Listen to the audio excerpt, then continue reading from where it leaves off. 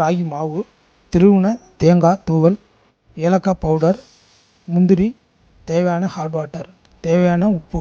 இப்போ நம்ம பார்க்க போகிறது ராகி இலை கொழுக்கட்டை. அதுக்கு தேவையான மிக்சிங் என்னன்னு இப்போ நம்ம பார்ப்போம். இப்போ நம்ம ராகி கொழுக்கட்டைக்கு தேவையான கலவை இப்போ பார்க்க போகிறோம். இந்த பவுலில் இந்த பவுட்ரு பண்ண ராகி மாவு, இதுக்கு தேவையான அளவு சால்ட்டு, நம்ம கொதிக்க வச்ச ஹாட் வாட்டர் போட்டு மிக்ஸ் பண்ணிக்கிறோம். இந்த மிக்சிங் வந்து ரொம்ப திக்காகவும் இருக்கக்கூடாது, ரொம்ப லிக்விடாகவும் இருக்கக்கூடாது.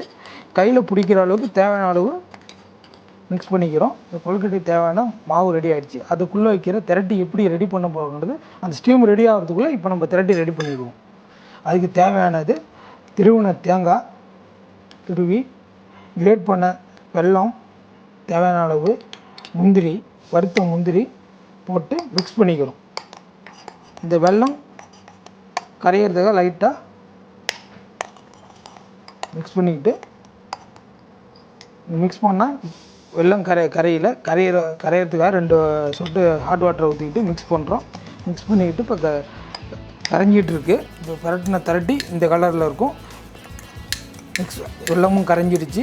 வெல்லம் கரைஞ்சதுக்கப்புறம் இலை கொழுக்கட்டை தேவையான மாவு இங்கே ரெடி ஆகிடுச்சு. இந்த மாவோட அதுக்கு தேவையான ஃபில்லிங்கும் இங்கே நம்ம இப்போ ரெடி பண்ணிட்டோம். இப்போ இந்த ராகி இலை கொழுக்கட்டை எப்படி தட்டி ஸ்டீமரில் வைக்கிறங்கிறது இப்போ நான் சொல்லித்தரேன். இப்போ இந்த வாழை இலை கட் பண்ணி 2 கட் பண்ணியாச்சு. கட் பண்ணிட்டு லைட்டாக ஆயில் தடவிக்கிறோம். ஆயில் தடவினா தான் அந்த ஃபில்லிங்கும் இந்த ராகி மாவும் ஸ்டீமரில் வைக்கும்போது ஒட்டாமல் இருக்கும். இப்போ எல்லாம் ரெடி ஆச்சு. எப்படி நம்ம தட்டுறோங்கிறத இப்போ பார்ப்போம்.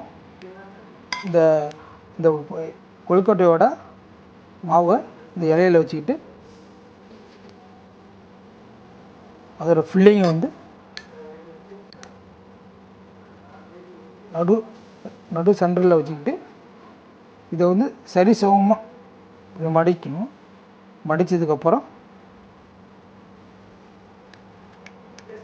இந்த கொழுக்கட்டை வந்து ராகி கொழுக்கட்டை வந்து ரொம்ப விரும்பி சாப்பிட்லாம். ரொம்ப உடம்புக்கு ஹெல்த்து. எல்லாமே அரிசி மாவில் தான் இதில் செய்வாங்க. நம்ம வந்து இப்போ புதுசாக கேழ்வரகு மாவில் கொழுக்கட்டை செய்கிறோம். இது வந்து கேரளாவில் ரொம்ப விரும்பி சாப்பிடுவாங்க.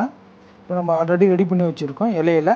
இப்போ ஸ்டீமர் வந்து சூடானதுக்கப்புறம் இப்போ நம்ம இந்த கொழுக்கட்டையை வந்து ஸ்டீமரில் வைக்கிறோம்.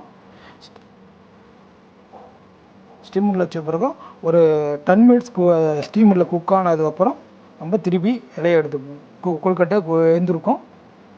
இப்போ வச்ச ராகி கொழுக்கட்டை 8 நிமிஷம் ஆகிடுச்சு. இப்போ குக் ஆகிடுச்சுன்னா நம்ம திருப்பி இப்போ பார்ப்போம். குக் ஆகிடுச்சு, நம்ம நினச்ச மாதிரியே குக் ஆகிடுச்சு. இப்போ நம்ம எடுப்போம்.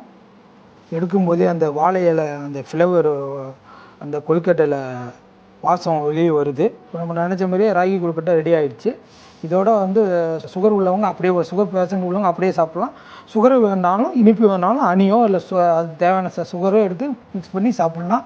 இப்போ நான் இதோட ஹனி வச்சு கொடுக்குறேன்.